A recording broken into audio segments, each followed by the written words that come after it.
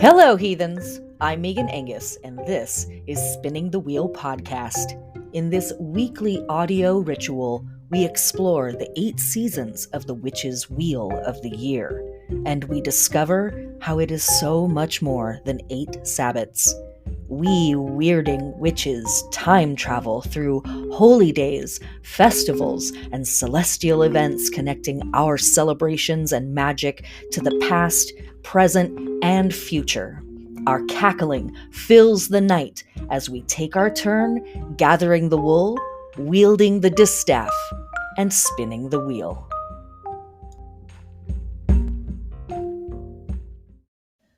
Thank you for joining me for yet another episode of Spinning the Wheel podcast. I am your host, Megan Angus, and I am attending to all the details. Yeah, no, I'm not. And neither are you. Quit lying to yourself. It's okay. We're going to miss some stuff. It's fine.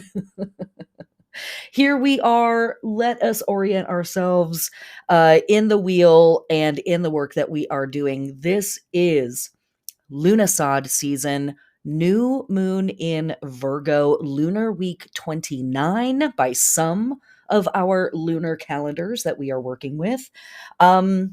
Let me get the deets out of the way of some stuff that is happening, has happened, it is going to be happening, and then we will get right into the thick of the work that we are doing in this week in the wheel. First and foremost, thanks to everybody who attended the Magician Tarot Circle. That was a really awesome conversation. We had a lot of fun hanging out with ye old psychopomp, the Magician. Tarot Circle is a monthly community building workshop that I hold for my patrons. And their friends and guests and whoever else decides to show up. And we do it a little different from month to month. Some months it's like a big hardcore lecture, and some months it's us, getting together and talking about stuff. So we just talked about the Magician. This coming month, in September, our tarot circle is going to be a community tarot reading for fall. And I absolutely hope that you can join us for that. Looking forward to it. What else is coming up? Well, I have my Welcome to Tarot workshop that is going to be starting September 13th. That is a 6-week workshop that is a intensive foundational introduction to tarot. TLDR, really behind the scenes, we pull back the curtain, and it's actually me teaching you witchcraft under the guise of teaching you tarot. So let's just be super real about what is actually happening in those classes. But my goal, my aim with that workshop is to really give you a good, solid understanding of the history of tarot, its symbolism, how you work with symbolism and archetypal entities and energies, and how all of that stuff is comprised and encapsulated in these, kind of really incredible flashcards that are the tarot. I love teaching this workshop. It's really, really fun. I've had a lot of really fantastic feedback from folks who have taken this class. It's about half sold. It is only available for patrons right now. It's going to go public August 31st. Patrons also get a discount, and depending on what level you are subscribed at. And some patrons have access to the 5 follow-up classes that I'm teaching after the workshop. So we have Welcome to Tarot, which is a 6-week workshop. And then throughout the months of October and November, I'm going to be offering 5 other follow-up workshops covering magical pathways through the major arcana, how to work with reversal cards, tarot helpers that we might utilize to dial in our tarot readings a little bit better, how to ask better questions, and other stuff. All of that information is on my website. You can look that up, and join Patreon and get access to that stuff right now. Well, now as in sign up for it, and then, when the classes start. Okay. What else is going on? I haven't said this in a long time, but thank you so much to my patrons. Wow, you guys, keeping me afloat in ways that you don't even understand. Um, and as a patron at the Venus level and higher, you have access to the Wheel of the Year workbooks that I have created over the last several years, the calendars that have hundreds of holidays, the ones that we talk about here on the podcast, altar building advice, spell crafting stuff, prayers, ritual forms, incense recipes, all kinds of stuff in the workbooks. So thanks so much to everybody that supports me there. Really appreciate it. If you are wanting even more of this work, join us over on Patreon. We're doing all kinds of crazy stuff over there. It's really, really fun. But also, a way that you can support me with this podcast is to give it a rating on whatever service you listen to this through. Thank you so much to all the folks who have rated this. Really appreciate it. And sharing this podcast on social media is like literally one of the coolest ways that you can support this podcast. I totally understand if you don't have a dollar. But if you do, that's cool too. That's the lowest level of Patreon. And it's just a way of saying thanks and supporting the podcast. But and the classes. The classes are free because of Patreon support. So it was kind of a meandering walk through all the ways that my patrons make my life really incredible. So thanks. I really appreciate it. I think that's probably enough of that. Oh, no, it's not. So let me go down the list one more time. We just had a tarot circle. We have September 13th. Welcome to Tarot 6-week course is going to start on September 15th, I think, is when I'm doing the next Wheel of the Year class. And that's going to be Mabon or Mabon. That is our 6-week introduction to fall equinox. And then our next tarot circle, I think, is on the 22nd. I think that's what I put in the calendar. And that's going to be a community reading for fall, which I'm really looking forward to. Okay. As I said at the very beginning of this, this is Lughnasadh season, new moon in Virgo, lunar week 29 by some lunar calendars. Let's get into it, shall we? Okay, so our lunar week is starting with a new moon in Virgo. For those of us who have Virgo placements, this might be, a week. Might be one of those ones where like, I'm really feeling this. My moon is in Virgo, so this new moon is on my moon, which is why this podcast is a little late because I was taking some time to be with myself and do my thing. And that's really what's up when we are dealing with a new moon in Virgo. So let me say this about it. Our attention begins to turn to the little details in life, taking care of our bodies, taking care of our homes, and looking to tie up loose ends. The new moon in Virgo in particular is a time when we need to be alone. We need to give ourselves a moment to stop and to get back on our own internal rhythm and peace and witness the beauty around us.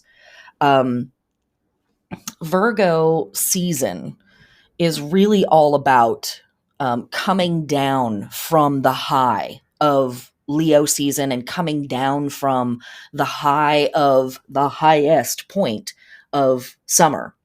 As we move through Virgo season, well, let me say this first. As we start Virgo season, and we just had the sun move into Virgo last week. So we've got the sun moving into Virgo last week, and boom, here we are just a few days later. We have the moon moving, having its new moon moment in Virgo. So we've got a cool lunisolar kind of alignment here, which is nice. This whole moment starts usually, where the sun is still hot and high in the sky and the days are still long and the planet here in the northern hemisphere anyways is still producing lots and lots and lots of stuff. And so the caution and the wariness and the attention to detail that is really, stereotypical of Virgo symbolism and Virgo's reputation seems unwarranted, right? It's beautiful outside. It's hot. What's the problem? Like, enjoy life, the fullness, the bounty. It's all here. Enjoy. But Virgo knows better. And, I talked about this last week a lot, that Virgo kind of gets a bad rap or has a reputation within all of the good stuff that we talk about with Virgo. I feel like a lot of the negative stuff really gets focused on with Virgo, and it's nitpicky and petty and too lost in the details and, all of that stuff. And again, as I said last week, there's a reason for that, and it's because Virgo knows the cycle. Virgo knows that the wheel is turning. And even though it's hot and beautiful today, by the end of Virgo season, we are at fall equinox, right? We are 3 weeks into September. And that, depending on where you live on the planet, can be a significantly different vibe. Here, where I am in Seattle, Washington, yesterday we had our last day where sunset is happening after 8 p.m. All of our sunsets are going to happen before 8 p.m. going forward. And that light difference will change radically for us up here in Seattle as we move through this next month. So we, want to keep in the back of our minds, Virgo is a mutable sign, and a mutable sign is always here to help us shift and change shape and transform out of whatever we've been doing into a form that is prepared for whatever is coming next, or at least open to whatever is coming next. And again, Virgo is coming after the big party, right? After the big woohoo of summer and Leo season. And so Virgo can kind of feel like this uptight bummer moment of like, go to bed early and fold your sweaters and all of that stuff. It's like, man, I don't want to keep playing. But, if we look at this from a very practical standpoint, which Virgo really wants us to do, there's a lot of work to be done. There's a lot of work to be done. If we're talking about, just in the world at large, we have these huge harvests coming in, and that's just going to rot in the fields if we don't do something with it. And we can work with that metaphor in our own lives. What are the processes that we have been attending to this entire time? And do they need to shift gears? Do they need to move into another phase? In spring, we are planning and we are exploring and we're trying stuff out. In summer, we commit to things and we nurture things and we protect things and we raise them up and we become leaders, or we lead the project, or we make things happen. When we move into fall, we start to reap the rewards or the ramifications, however that plays out for you, of that work that we've been doing. And Virgo is like, hey, are we ready to start pulling in the results from the work that we've been doing? Right? It's a different mindset.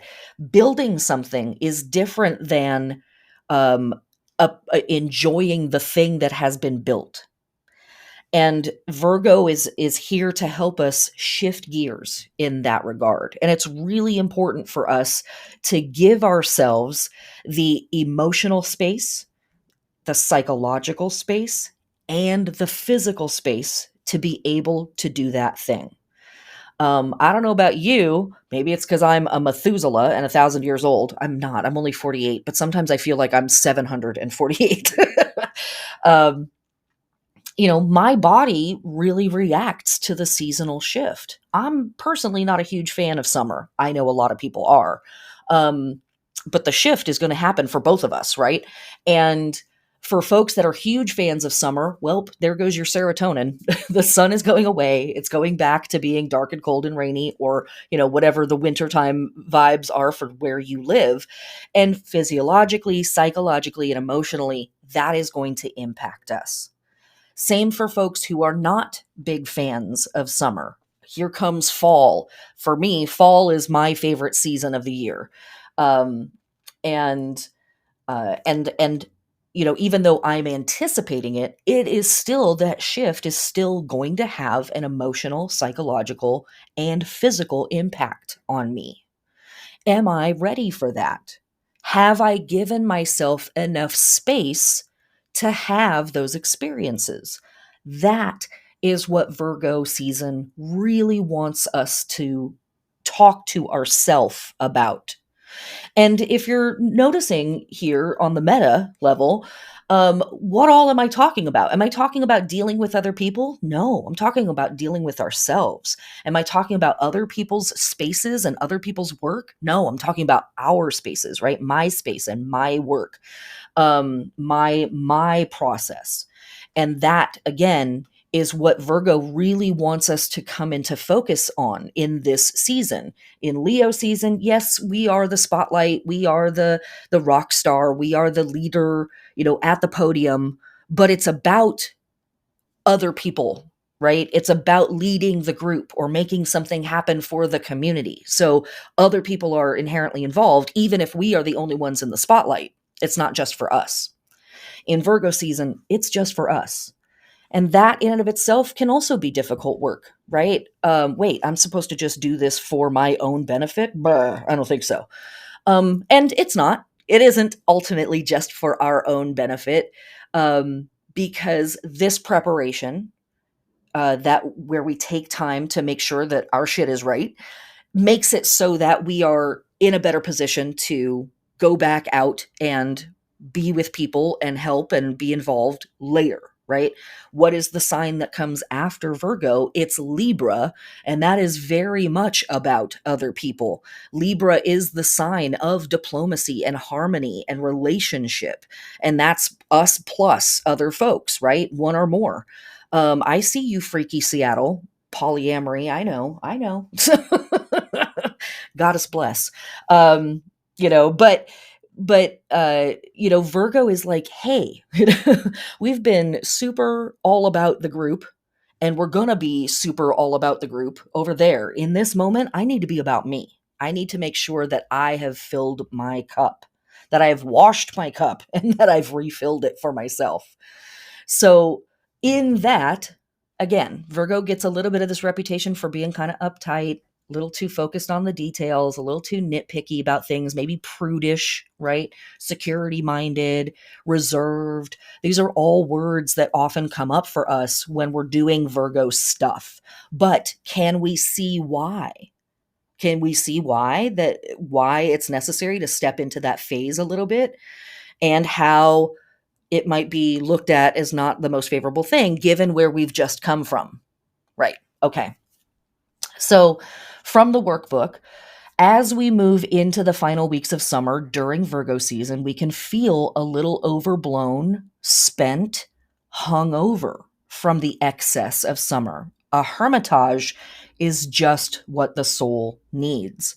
Getting back to the personal, the daily routine, the simple self care elements, the personal rituals of life. Also, it's hard to believe that this magical time of summer will end, but the elder in us knows the wheel turns and summer will end. Begin tending to the body, recalling the self work like routine that is so needed in fall and winter. Um, and so, we're going to get into it later in the podcast, but big surprise. I think I talked about this last week. Our tarot card that we're going to work with this week is the Hermit. The Hermit card is connected to the sign of Virgo by some magical systems.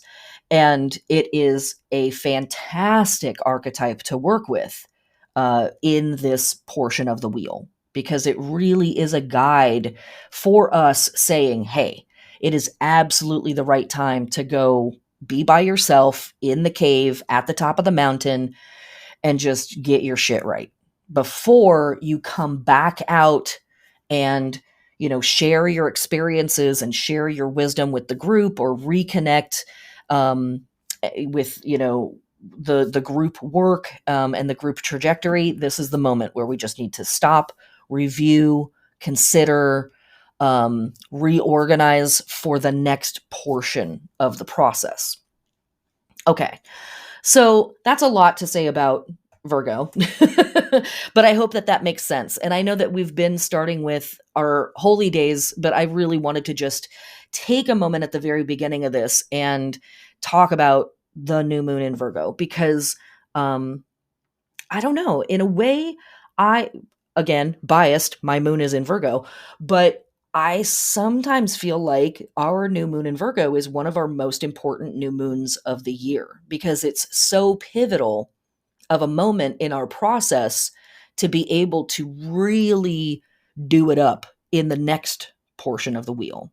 As I said last week, um, these 4 weeks will go by so fast. And then all of a sudden it's, the end of September. And then all of a sudden here comes Halloween. And then all of a sudden here comes all the other wintertime and fall holidays. And it's like, and it's the end of the year before you know it. And it can feel harried and it can feel disorganized. And so we have this moment in Virgo that's like, hey, let's get it together. Let's make it right. And let's take some time out, pull the car over, reorganize the trunk. Like, let's get things prepared for whatever that next portion of the work is going to be. So, what are we doing ultimately, practically, in the real world? Well, it's all real, right? Sort of. Or none of it is. What are we doing in the mundane world? What are we doing in the physical world with a Virgo new moon? Well, first and foremost, and we're going to talk about this more when we talk about the Hermit card, be alone. I talked about this at the end of the podcast last week because I knew I was going to take a little time for myself with this moon. So I wanted to give you a bit of a preamble. But be alone. Slow down. Say no to some stuff. I realize we've still got 800 paninis out there, the worldwide pandemics, right? We've still got all of that stuff going on out there. And I know that being alone versus being with people is a very sensitive subject for a lot of folks right now from a bunch of different angles. That said, still, and our Virgo new moon is always inviting us in whatever ways we can be alone. Turn off your phone, stay off the internet. If you want to read or, whatever, maybe watch a movie here and there, but things that are not going to remove you too much from your personal reality. Be here with yourself, be here with your place. My very, very best advice is, as I was saying, take some time and get your shit right. As I talked about Amanda Moreno last week, I love working with this astrologer. She's one of my favorite people in the world. She's a really incredible person. Go check her out, Aquarian Spirals. But she, was saying hey, it's time to get your laundry done. And it is, as I was saying last week, this is the time period where we want to pause and look around. I think I said this in the newsletter that I sent out as well. If you didn't get the newsletter, check your email or sign up for the newsletter. This is the time to go through your closets and go through your drawers and start putting away your summertime stuff and start pulling out your transition wardrobe and potentially your winter wardrobe. You might be moving stuff around in your house to take advantage of the shifting light as the sun changes its place in the sky and starts to, show up in the sky at a lower and lower angle. Perhaps your plants need to get moved around, or perhaps you want to just move the furniture around to be able to take advantage of that light shift. Maybe you need to move the furniture around to take advantage of where the heaters are in the house, right? In the summer, you can have the couch pushed up against the heater. It doesn't matter. But in the winter, we need to make some adjustments. So that kind of stuff. And that really requires you to be with yourself in your place and really look at it as the place where you live and function and do your work and enjoy your pleasure and have your rest and your, recuperation and all of that stuff. So Virgo is really saying hey, come into your space, really be in it, see it, smell it, witness it, touch it. You may end up doing a whole bunch of cleaning, which certainly makes Virgo happy. As you move plants and furniture around, it's like, oh, geez, I haven't vacuumed back here since, I don't know, maybe last century. Who knows? All of that stuff. So that kind of thing is really important. Coming back to your self-care routines. And I know I've already kind of said this stuff, but I really want to reiterate this. And emphasize it. Coming back to your self-care routines. It's really easy to kind of lose our patterns and to lose our routines as we roll through the high of summer. And Virgo is saying, like, hey, don't forget, we need to stretch in the morning when we wake up. We need to be drinking our water. We need to get back on eating foods that are really healthy for us. Virgo is very concerned with digestion of food and the parts of our body that oversee digestion and processing of food and breaking that stuff down for eventual elimination. Virgo, oversees the parts of the body that basically pick through the molecules and we're keeping that molecule and we're getting rid of that molecule. That's kind of the attention that Virgo wants us to bring to our life. Yes, we want that pair of socks. No, we can put that pair of socks away for a while. And that work is super boring for some people. I totally get it. I am mostly bored by that kind of stuff too. But I know how much I benefit from taking care of myself in that way and giving a week or at least a few days of time to that work and giving that work extra attention. It just really sets you up for success later on.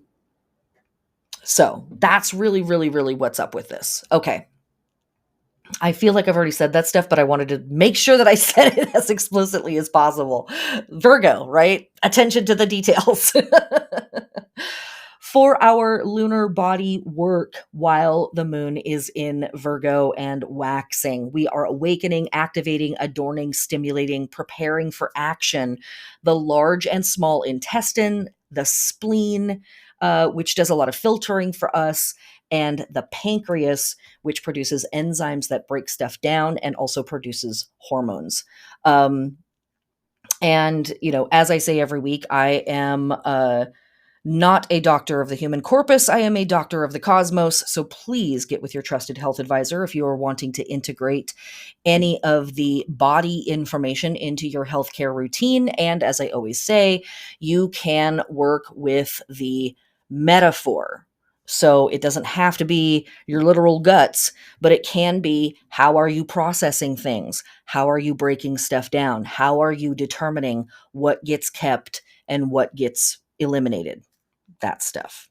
For our plant body work, we're doing nothing while the moon is hanging out in Virgo. Leave your plants alone, but it is a fantastic time to do research on your plants and to see if there's something that you can do to improve their soil, or is there a lighting thing that they want? Or as we are shifting into winter, is there something that I know you're like, wait, why do you keep mentioning winter? It's 100 months away. It's coming sooner than you think. So as we shift into this other part of the year, is there something that you could do to support your plants, indoor, or if you're lucky to have the space, outdoor? Okay. I really honestly could talk that to death. I'm going to move on to some other stuff now. And I'm still going to later on be like, oh, I forgot to mention. Oh, yeah. Okay.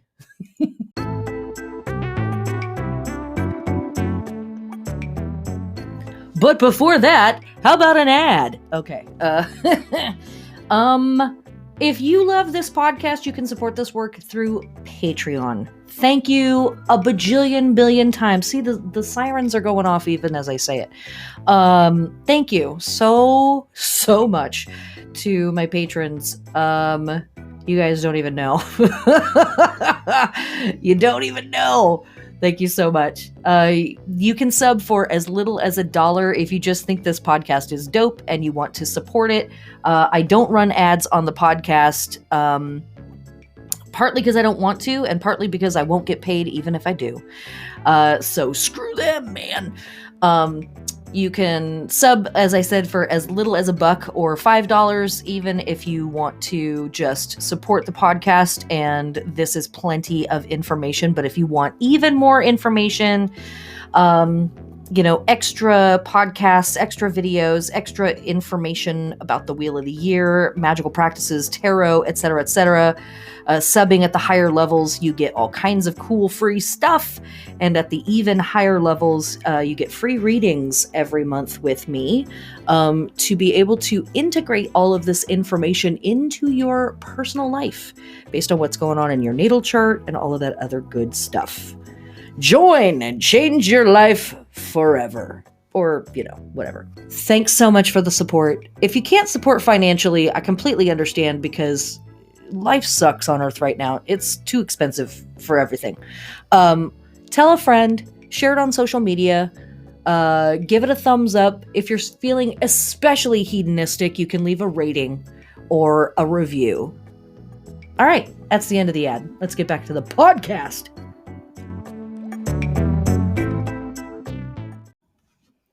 All right, holy days. Okay. We can do this. Our holy days this week really basically fall into two categories. And again, that's because we have the new moon rolling into Virgo. And so the majority of the emphasis of ritual observance that's happening this week is really about that archetype. So briefly, let me mention, we have harvest festivals. We had Harvest Festival Orama last week. It was like, okay, we get it. It's Harvest Festival time. Relax. But this week we still have some stuff going on. From our Hindu friends and ancestors running from August 30th to September 8th, we have the festival of Onam, which is a harvest festival that is celebrated in southern India and Malaysia.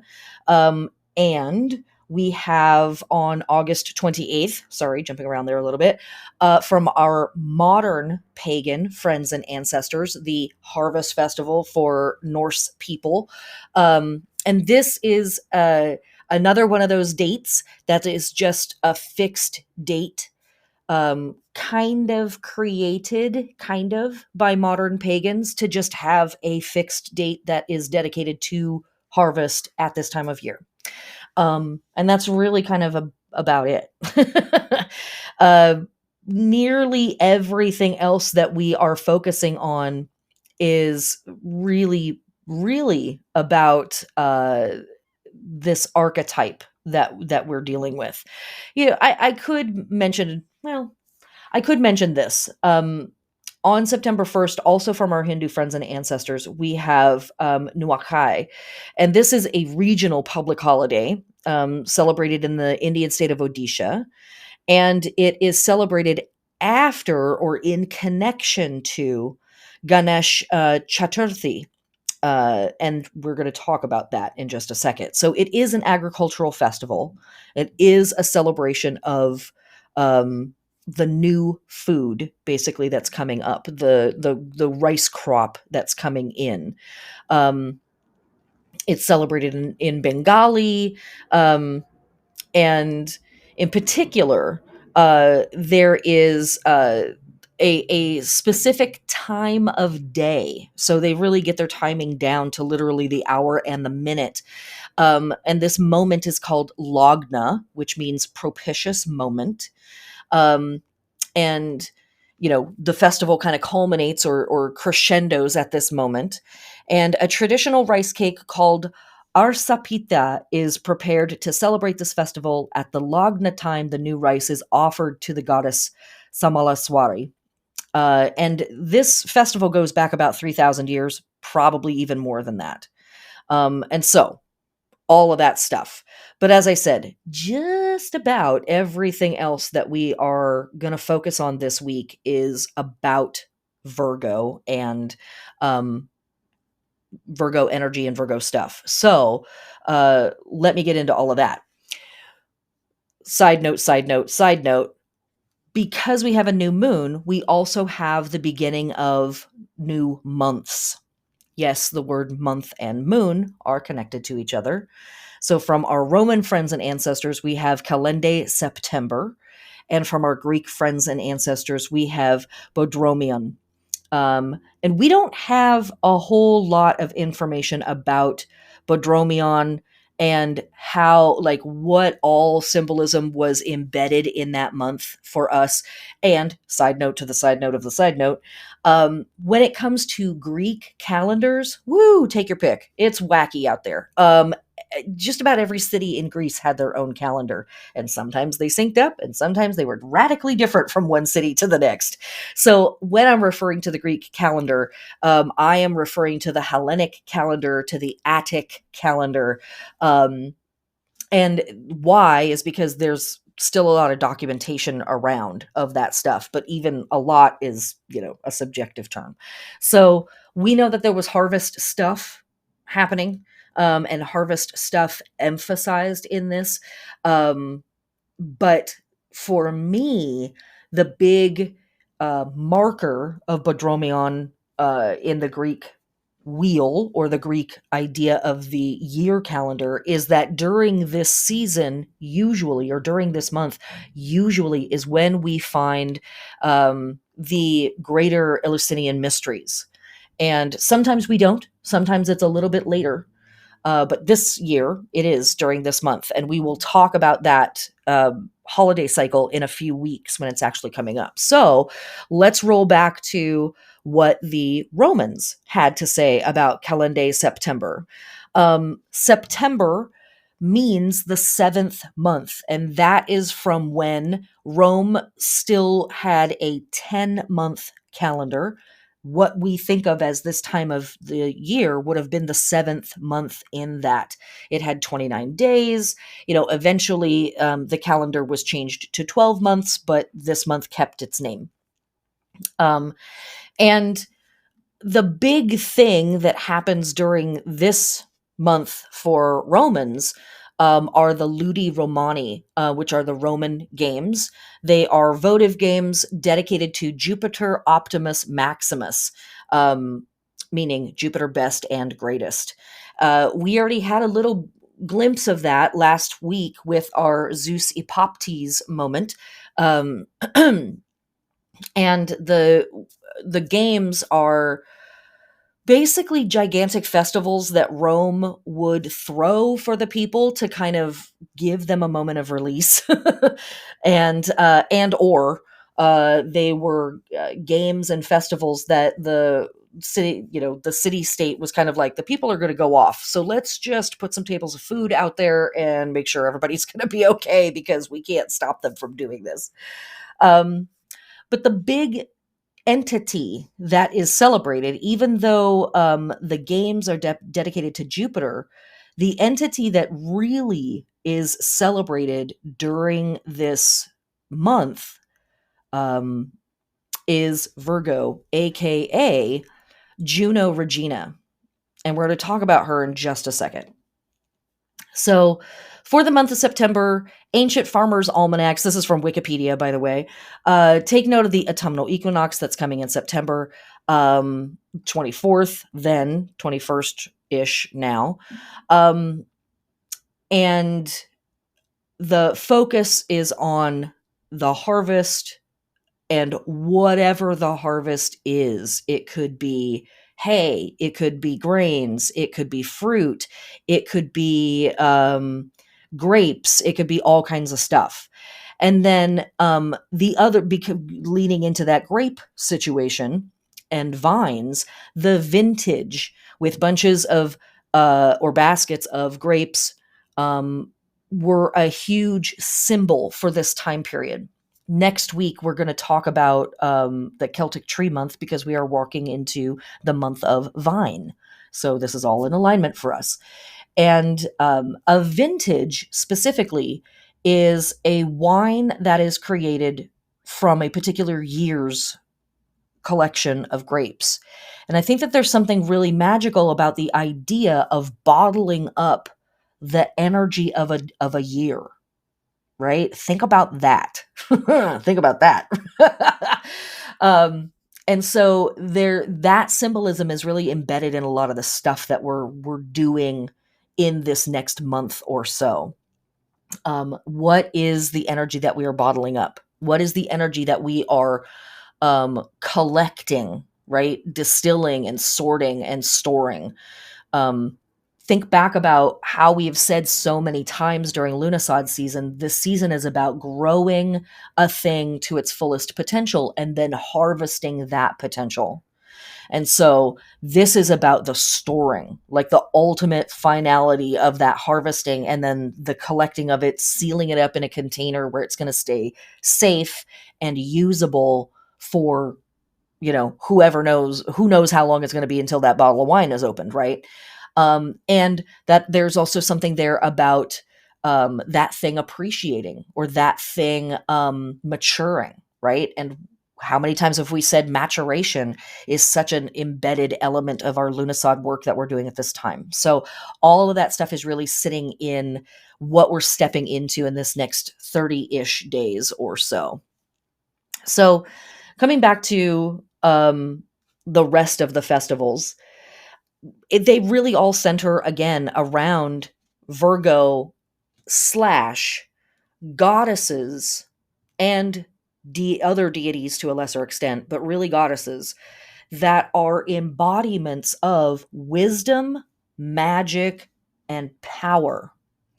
And think about being somebody in the ancient world that understood growth cycles, that understood the cycles of the seasons and the cycles of time, and being able to make food grow, right? You can't just throw seeds in the ground at any old time and have a good result, right? So think about a person who several months ago was saying, dig a hole in the ground, put this magical stuff in there, and also some of these seeds, and just trust me. Keep watering it, dance over it every now and here, sing this song. All right, cool. Here's some more water. Now just trust me, right? It sounds bonkers. You're like, what? No, that's goofy. And yet here we are at the opposite end of that process, now coming into the fruition of our labor and our work. So this is an archetype that sort of stands in the power of that knowledge, standing in the power of that knowledge, rather than power just coming from a sword or power coming from money. This is power coming from knowledge. And Juno is connected to the goddess Hera.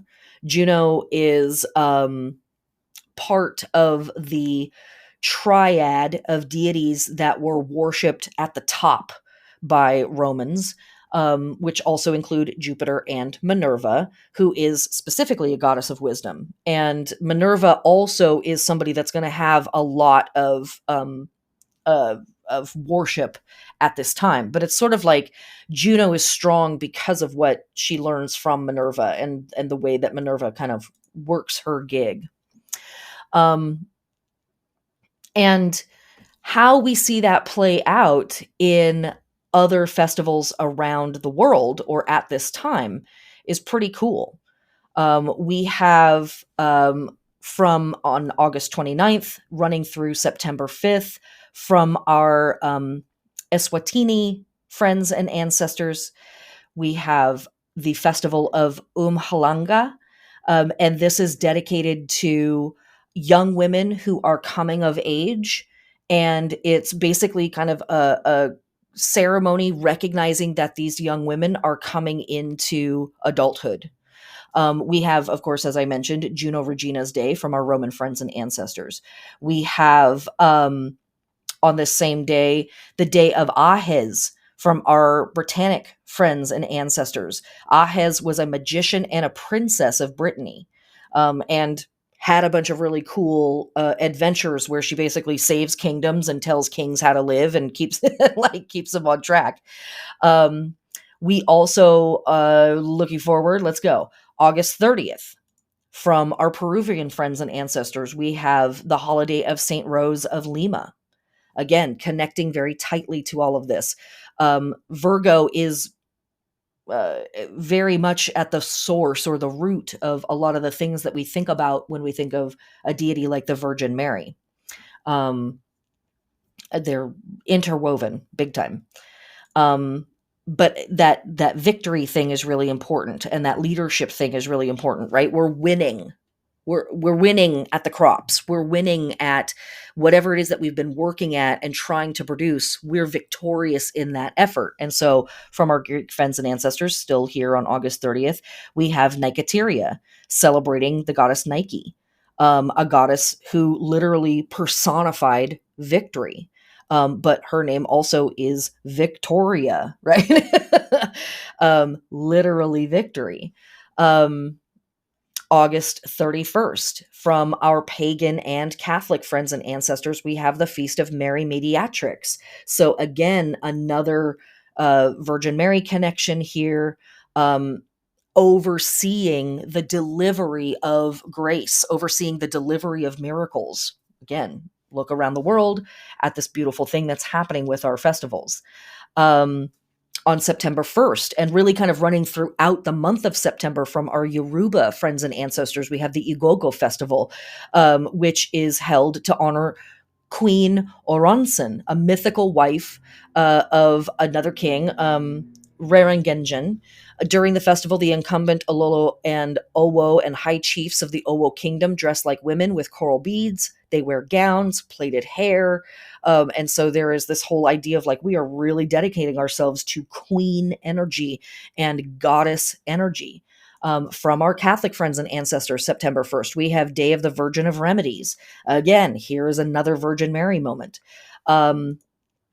We have from our Mycenaean friends and ancestors, Basile. And Basile can be translated as king, but it's often translated as queen. So, yet another idea of sort of the queen of the year coming into their power, coming into their place.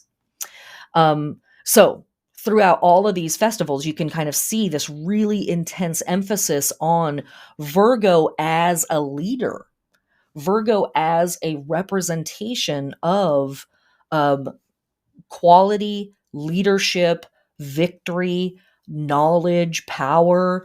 And those are oftentimes words that we don't naturally associate with Virgo, right? We think of a character that has receded or that is prudish or tucked away. And yet in the ancient world, Virgo entities were very much like, no, bitch, I'm leading the charge. Like, I'm sitting in my glory. I'm sitting in the miracles that I've been able to produce. I'm witnessing it. You are witnessing me do it. All of that good stuff. Yeah, so I think that that's everything that I want to say about that.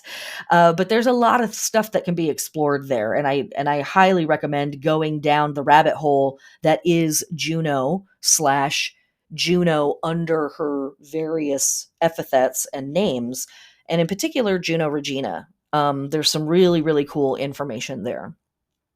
And then this leads me into the other thing, is that this goddess is also recognized as a goddess of magic and a goddess of hermeticism. We had, Odin's experience last week very much speaks to this stuff, this other thing that Virgo is doing. If we push into some of the more traditional symbolism around Virgo, another name for this constellation is the Virgin. And in today's world, that word is very loaded and has a lot of weird stuff added to it. It means a person who has not had a very particular kind of sex, right? Or any sex at all, potentially. But in the ancient world, the word virgin simply meant unowned, not married, not beheld to somebody else, solid within themselves. And yet also a person who is reclusive in a way, a person who is pulled away from society or separate from the group in a sense. They are their own person. Even if we want to take the word reclusive out, we can say that Virgo, the virgin, is unto themselves, right? And again, that's really emphasizing that deep work that I'm talking about at the beginning of the podcast of like, we need to come back into our own center. We need to come back into our own body and our own skin, our own routines, our own rituals, and get back into exactly what we as an individual need to be able to function at our highest capacity going forward. reorienting to the self. And so that brings me into talking about the hermit. The lab, but I'm not going to just yet. The last thing I'm going to say about holy days at this time, because it is important and, in my opinion, connects both to the hermit and to Virgo, is on August 31st through September 9th, we have Ganesh Chaturthi from our Hindu friends and ancestors. And Ganesh is the elephant-headed god who remembers everything. Ganesh is absolutely worshipped as a god of plenty, a god of abundance, a god of opportunity. There are probably thousands and thousands of taxi drivers in Rajasthan that have a Ganesh statue glued to the dashboard of their car because Ganesh clears the way.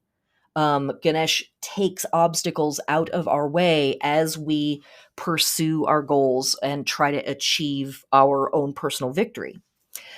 But when we push into Ganesh's myths, what we often see is that Ganesh is actually kind of putting some obstacles in our way a little bit every here and there. And the idea is that Ganesh is saying, for you to actually achieve your personal victory, you do need to overcome some stuff, and you need to make sure that your blade is sharp, that your mind is ready, that your skills are honed.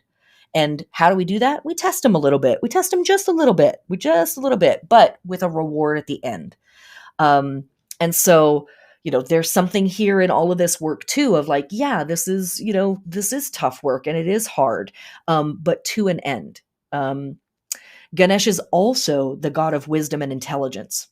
And, what do we know about elephants? They have an incredible memory. We know through observation of elephants that they follow migratory patterns that go back hundreds of thousands of years, that it is very likely that giant groups of humans were kept alive and led to water and led to food by following elephants.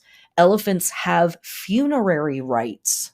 Yes, they literally bury and mourn their dead, and they will come back and visit them. Right? So, elephants hold the past, and because of that, they are able to secure the future. So, Ganesha being a deity that we work with at this time of year or venerate or study, very, very important as well.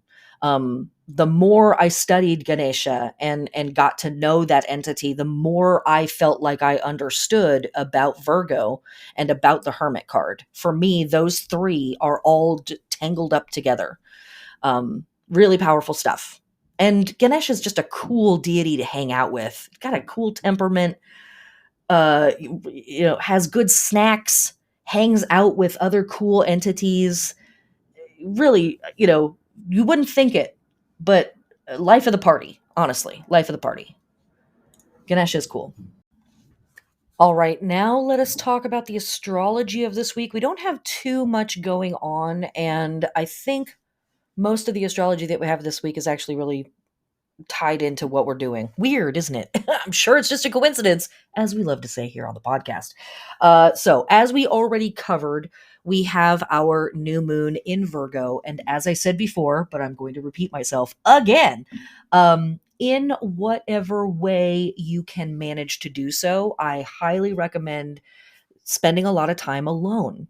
Taking time to be with yourself in your space, observe it, think about it, look at it, and think about what activities and what energies are on their way out and what activities and energies are on their way in, and get yourself to begin to start to prepare for that. Doing nothing at the very turn of the new moon is really important. Again, that's why my podcast was a little bit late this week, because I was doing the magic.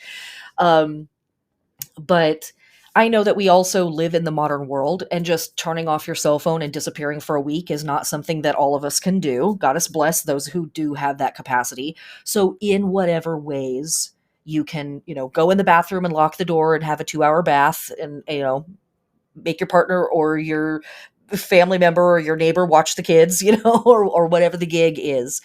Stay off the internet for a little while and just come back to yourself. Come back to your goals, come back to your needs, come back to your cycles and your routines. And then, we'll talk about the magical work that we can do this week when we do start to do magical work. We'll talk about that towards the end of the podcast. So we've talked about our new moon in Virgo. That is exact Saturday, 1:17 a.m. at 4 degrees of Virgo Pacific Standard Time later in the day for everybody else around the planet. Okay, so then what else do we have going on? Sunday, the 28th, we have Venus in Leo opposing Saturn retrograde in Aquarius at 20 degrees. Venus and Saturn, generally speaking, don't really get along. Not super great friends with each other. Side note, Saturn, who we talked about a lot last week as a harvester symbol and archetype, father of Juno. Dun, dun, dun. Check it out. But we know just from, work in astrology, right? Venus and Saturn are not generally on the same page with each other. Venus wants opulence and luxury and pleasure and leisure time. And Saturn is like, no, we need to fold the laundry. We need to get things done, all of that stuff. So how this could play out in a funky way is that maybe we are feeling isolated or alienated. We might be feeling kind of lonely. There might be some funky relationship boundary stuff that comes up where we're getting a big no, or we feel like we have to put a hard boundary in our relationship in some way. But how is this helpful to us?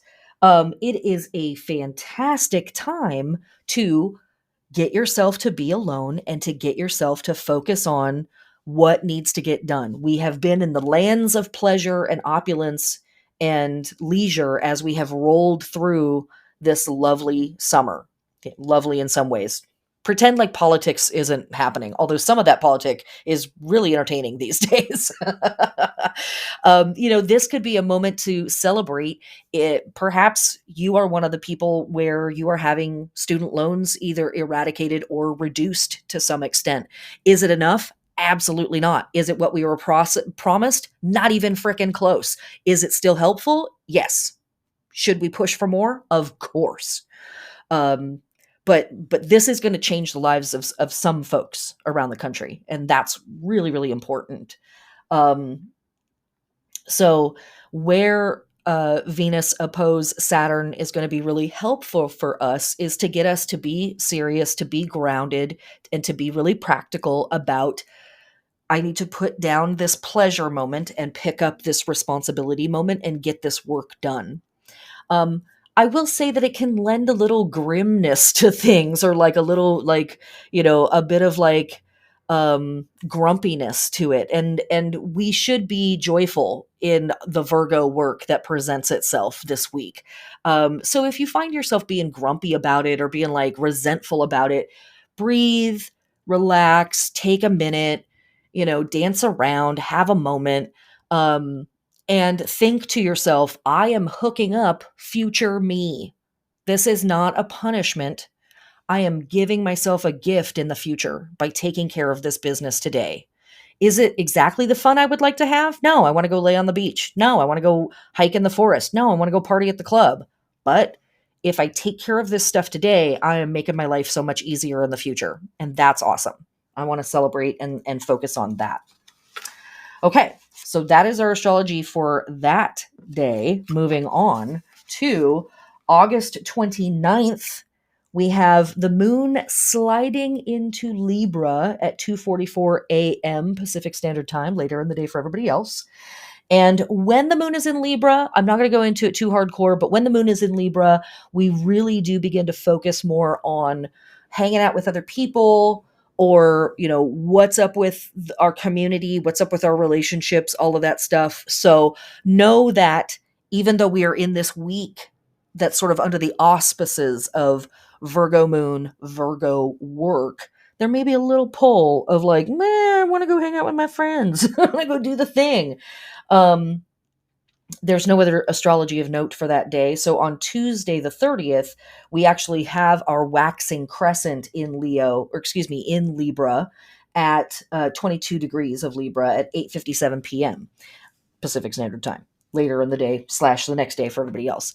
And so we may really start to feel the pull on that day. When we have our waxing crescent, we feel a little bit of a tug between the past and the future. And the past is kind of tugging on us and being like, oh, remember the fun of summer? Forget all this work I'm supposed to be doing right now. So this might be another day where you have to have a little bit of an argument with yourself or have to parent yourself through, this work needs to get done. One day of this work was cute, but now we're on day 4, and I don't know if I'm still into this.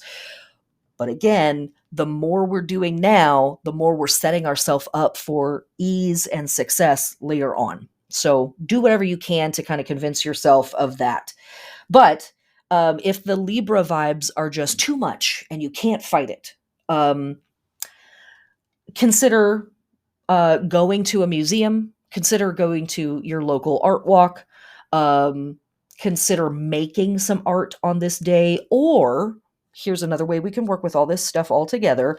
As you are doing your Virgo work, cleaning, sorting, organizing, what artistic flair can you bring to that work? That might be a way to sort of appease the Libra energies that are coming in and being like, let's just play.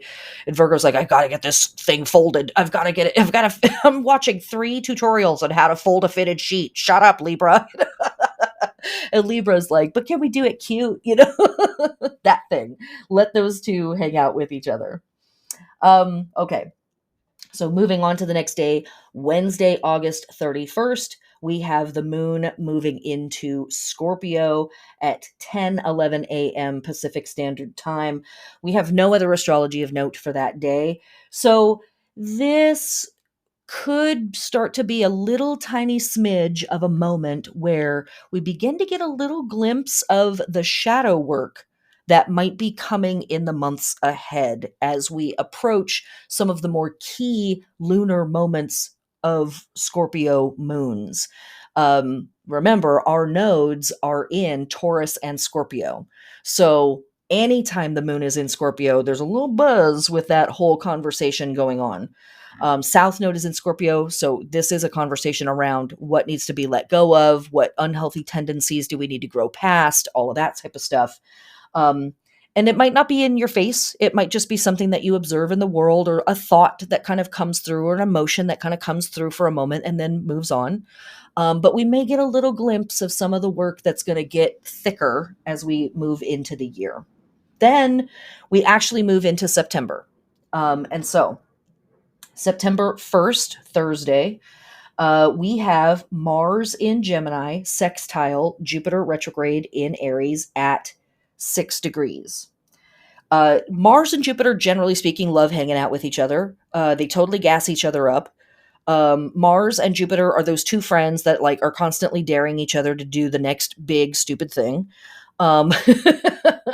So how can this play out for us in our lives?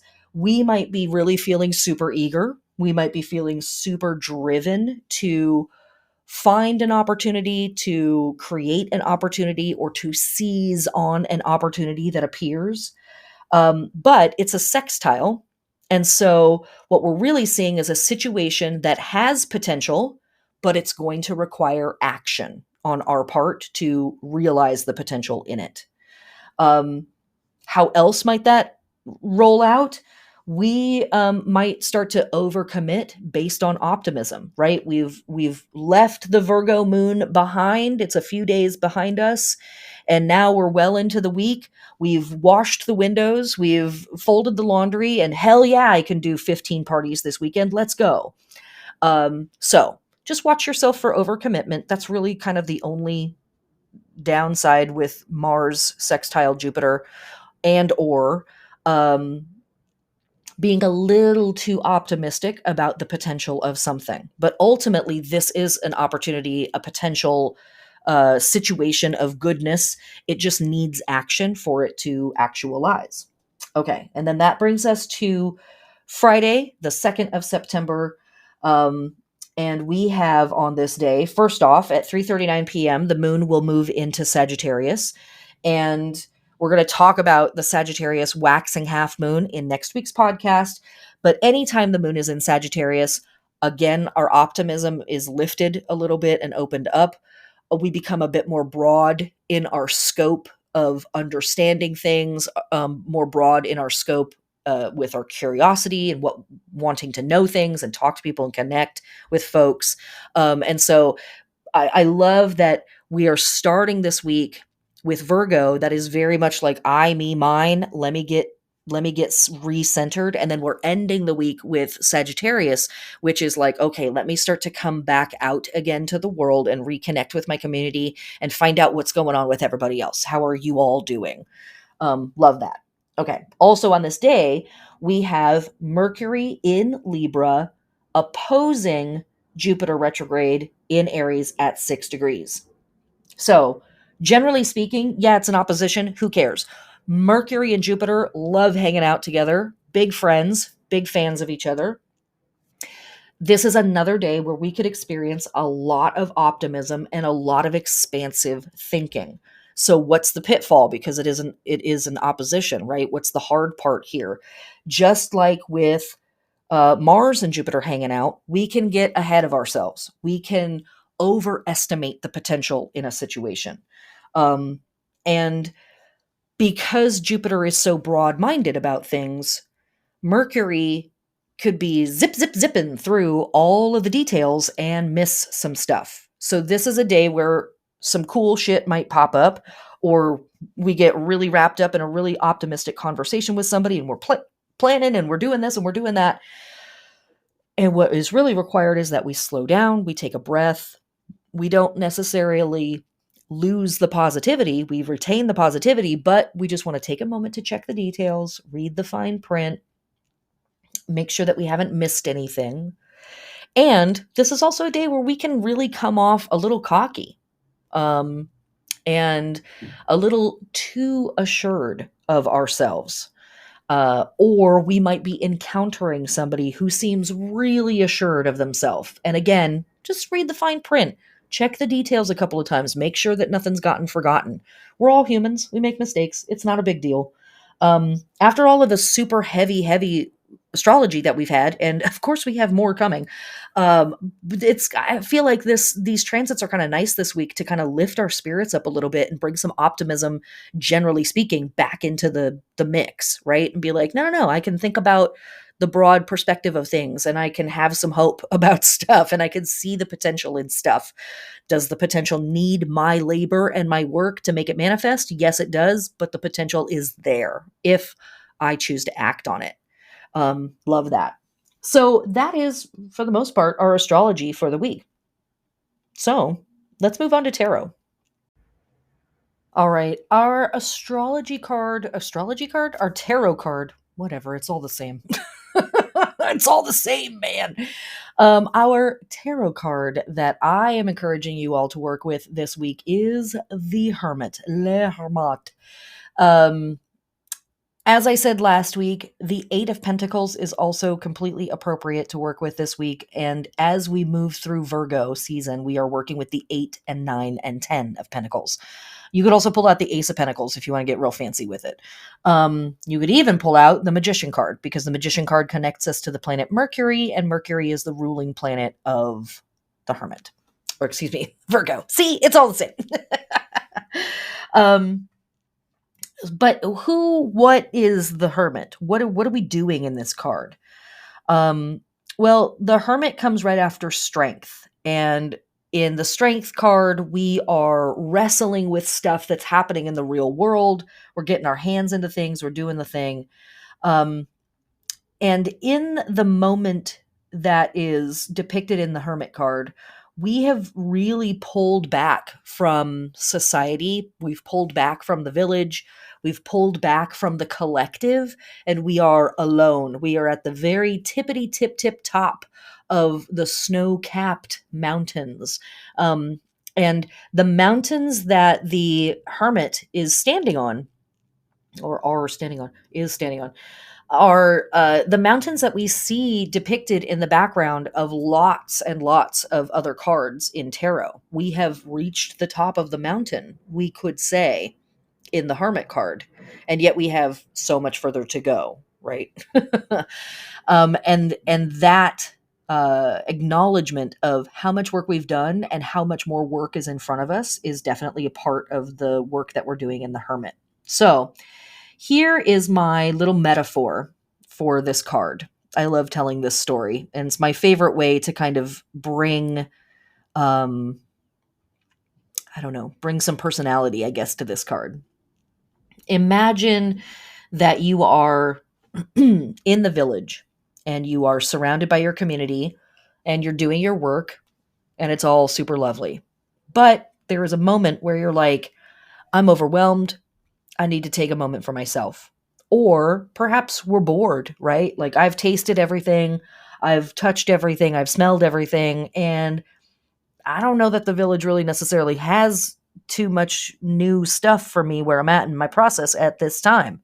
I think I need to go out into the world and go find something for myself, something that's not based in the group, something that's more for me, about me, and speaks to me in my process where I'm at.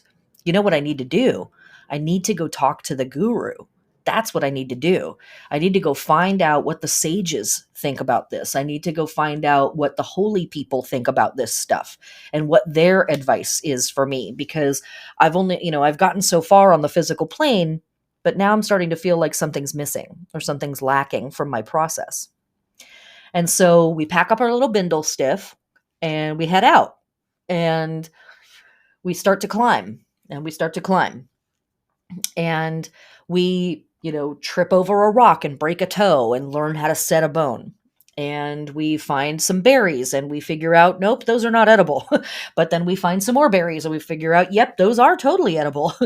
And we have trials and we have tribulations and we have triumphs as we make our way up the mountain to the top, where we know the guru is waiting for us with their vast stores of wisdom, their vast stores of experience. And we learn to track animals and we watch wolves hunt and we watch bears, fish for salmon in the streams, and we witness the beauty of earth, and we are out there, morning, noon, and night. And so we really become intimately aware of the cycles of flowers blooming and closing as they respond to the light of the sun, and on and on and on. Become very harmonized with our own body and our own smells and our own rhythms, and when it is that we want to eat and when it is that we need to poop and when it is that we need to sleep, and it's all very centered in the self, right? We're no longer in the trappings of society. We're not following its rhythms. We are witnessing our own rhythms and living in accordance with that, all in the meantime. We're in the process of making our way up this mountain to go meet the guru. So we finally get to the top of the mountain. We see a little path. We're like, boom, we're close. We got to be close. We follow the path and we come around a little corner and boom, there it is. There's the cave. There's the little fire pit. There's no fire in it right now. Little bench. And so we're like, boom, this is it. And we decide, let's get ready to meet the guru. We light a little fire. We, find a pot. Maybe we've brought one. Maybe there's one there in the cave. And we start a little pot of stew going with all of these, mushrooms and herbs and things that we've been able to collect along the way that we've learned in our travels are tasty and good for us to eat and healthy. And we wait. Right? We wait in anticipation. We create the space for the guru to arrive in, and we wait. And then towards sunset, we begin to hear footsteps, and we're like, oh, damn, here we go. Here comes the guru. Boom, I'm going to get all my questions answered. The secrets of the universe are going to be spilled out for me. This is going to be rad. And somebody comes around the corner and goes, the guru. In the hermit card, what we are doing is we are pulling ourselves away from community. We're pulling ourselves away from other people's rhythms and other people's cycles, and we're coming back into harmony with our own. And it is in pursuit of our own internal wisdom. And at the beginning of this process, it is sometimes really difficult for us as individuals to recognize that, in fact, we do all carry our own internal wisdom. It's already there. We feel like we need to find that wisdom outside of ourselves and then integrate it into our understanding of being. When in fact, the mere process of existing on this planet is the creation of that wisdom. And that wisdom is totally subjective to your personal trip. What you need, what you want, what works for you, what doesn't. Your circumstances, the time you were born in, all of it. Your personal wisdom speaks to all of those things. That's why it doesn't look like anybody else's. That's why it doesn't always work for other people too. But it does work for you. But sometimes we have to think of that thing as something that's external to us and walk to it, arrive at it, approach it, only then to come into understanding, oh, this was with me the whole time. And in fact, my pursuit of this thing is part of the generating of it. My literal existence and how I have made my way through the world, my day-to-day life, my little rhythms, my little routines, my little rituals that I have in my life, that is my wisdom. I am my own guru. That's this. And yes, this work is ultimately for us as individuals.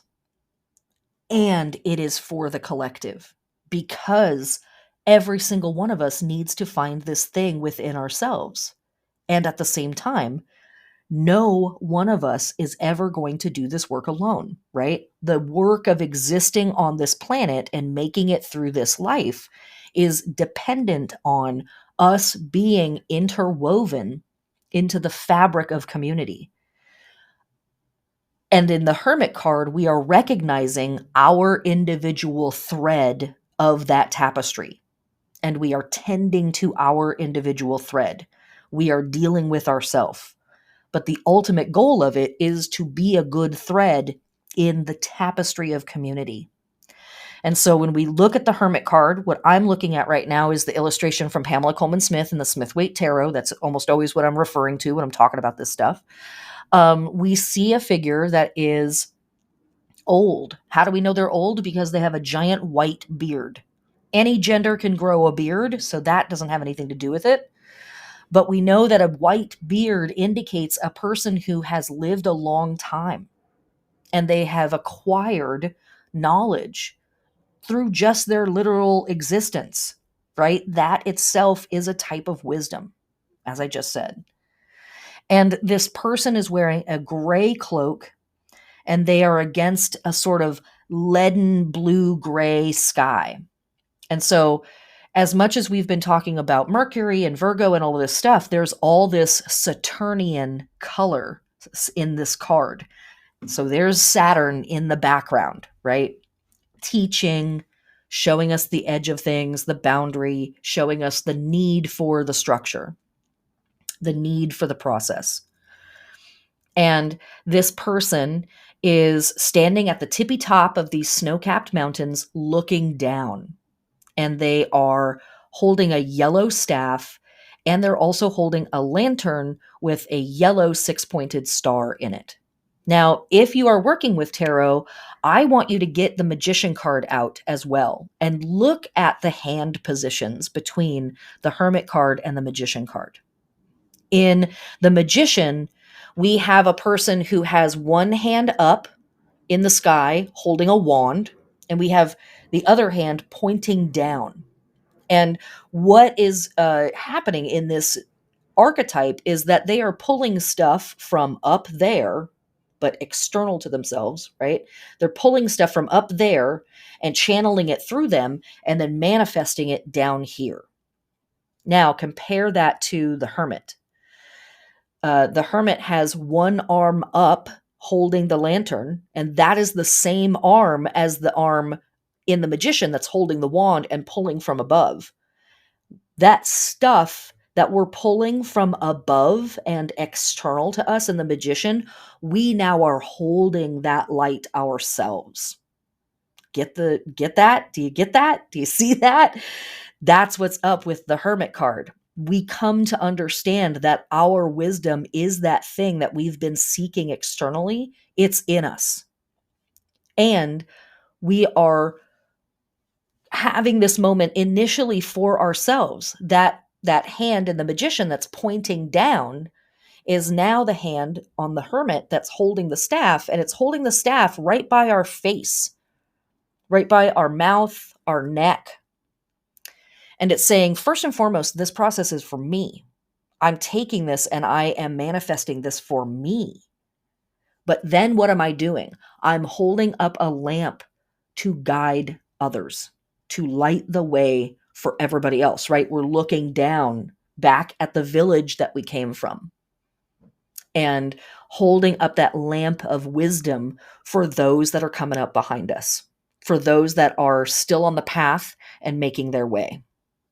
And that is the ultimate root of the Hermit card and the work that we're doing here in Virgo. We need to come back to our center. We need to come back into our self, capital S, self, and realign, reconnect with our internal wisdom, our deepest sources of spiritual wisdom.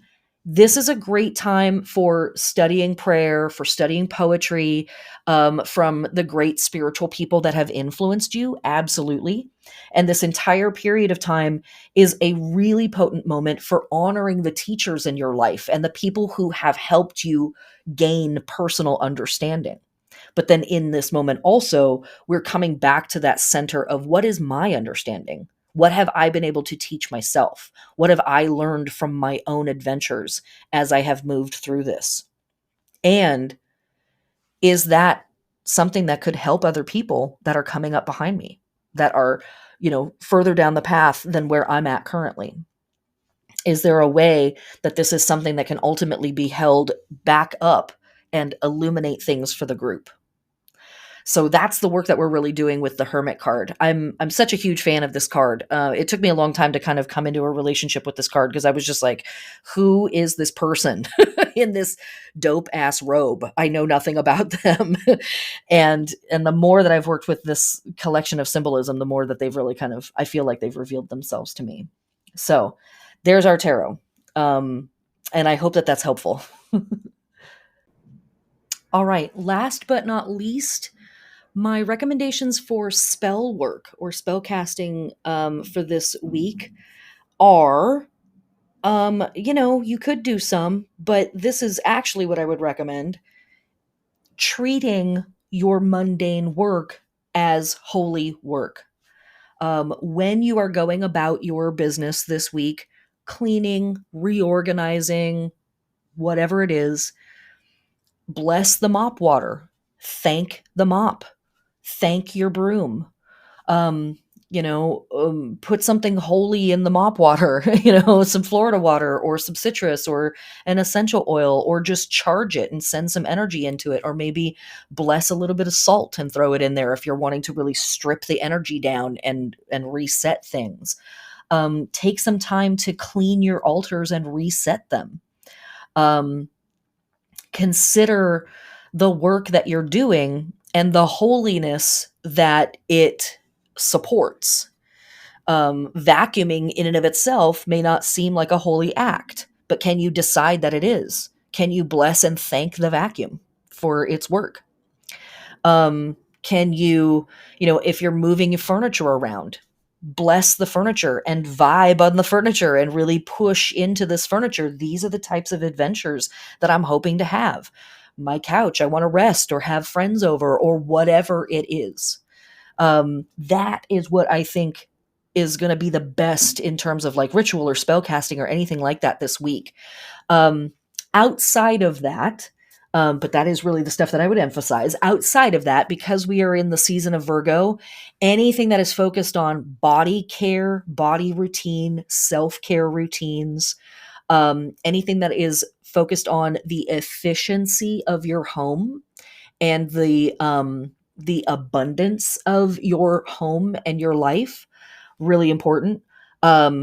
Doing some abundance work. It's a waxing moon, new moon and waxing moon in an earth sign. So that is absolutely a great time for doing money abundance spell casting. And that might be abundance through, wise choices around where you're putting your money and where you are deciding to cut back. all of that good stuff. Uh, Other than that, honoring teachers in your life, really, really important. And for folks that really do take a hermitage and really take a moment, or are maybe in a process where they have, had to pull back from society, take a moment to honor the people that are keeping the world going and holding that space for you to be able to take a step back. And those are going to be all different kinds of people in our lives. But that kind of work, I think, is really important in this week.